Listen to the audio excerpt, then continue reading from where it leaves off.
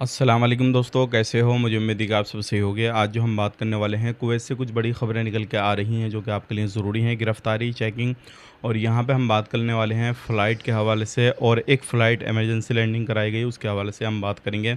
और ये काफ़ी ज़्यादा इंपॉर्टेंट आपके लिए वीडियो होने वाला है, क्योंकि आपके साथ फ्रॉड भी हो सकता है, उसके हवाले से हम बात करेंगे। चैनल को आप पहली बार देख रहे हैं, सब्सक्राइब करें, जितना हो सके वीडियो को शेयर कर दें।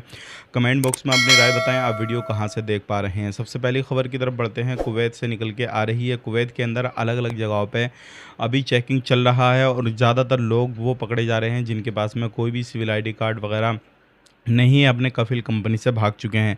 तो सावधान रहें, सतर्क रहें। अभी 2 बंदों को पकड़ा गया है, जो कि एयरपोर्ट पर एक डॉक्टर है और एक जो है पायलट है, वो पकड़े गए हैं दोनों।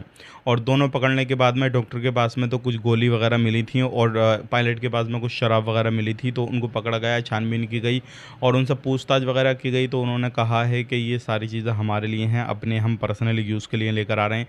तो ध्यान रखिएगा, कुवैत के अंदर इस तरीके का सामान को लेकर आना बिल्कुल गैर कानूनी है, इल्लीगल है।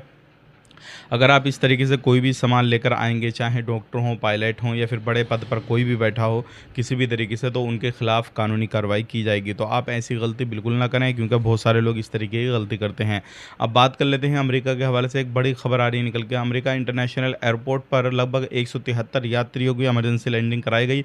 एक फ़्लाइट के अंदर एकदम से आग लगी, उसको लैंडिंग कराई गई, उसके बाद में उन पैसेंजर को निकाला गया। हालाँकि ये अच्छा रहा कि किसी की भी कोई भी जान नहीं गई, क्योंकि पहले धुआँ उठा, सारी चीज़ें हुई, उसके बाद में आग लगी, तब तक के सारे पैसेंजर निकल चुके थे।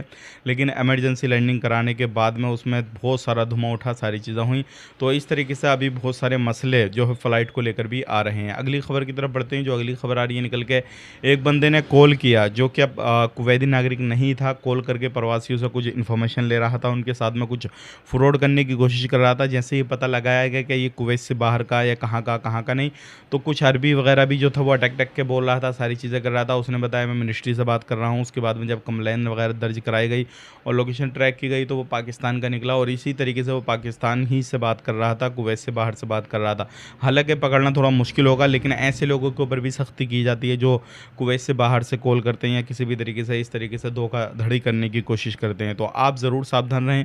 आपके पास में कोई भी कॉल, किसी तरीके का वीडियो कॉल, व्हाट्सएप कॉल या फिर आपका डायरेक्टली कॉल आता है और आपसे कोई इन्फॉर्मेशन ली जाती है, और आपको सामने दिखाई देता है वीडियो कॉल पर कोई अधिकारी बैठा हुआ है और आपको डरा रहा है, धमका रहा है, तो ऐसे डराने धमकाने में बिल्कुल ना आएँ, क्योंकि ऐसा कुछ नहीं है जो क्या आपको ऑनलाइन सारी चीज़ें ले ली जाएँगी और आपकी इन्फॉर्मेशन लेके फिर आपको हो सकता है ब्लैकमेल किया जाए या फिर आपके अकाउंट खाली कर दिए जाएँ या फिर कोई और रीज़न हो जाए। तो किसी को भी ऐसा इन्फॉर्मेशन अपनी देने से बचें और किसी के साथ भी अपनी इन्फॉर्मेशन शेयर ना करें। वीडियो देखने के लिए बहुत बहुत शुक्रिया। कहाँ से वीडियो देख रहे हैं कमेंट करके बताइएगा।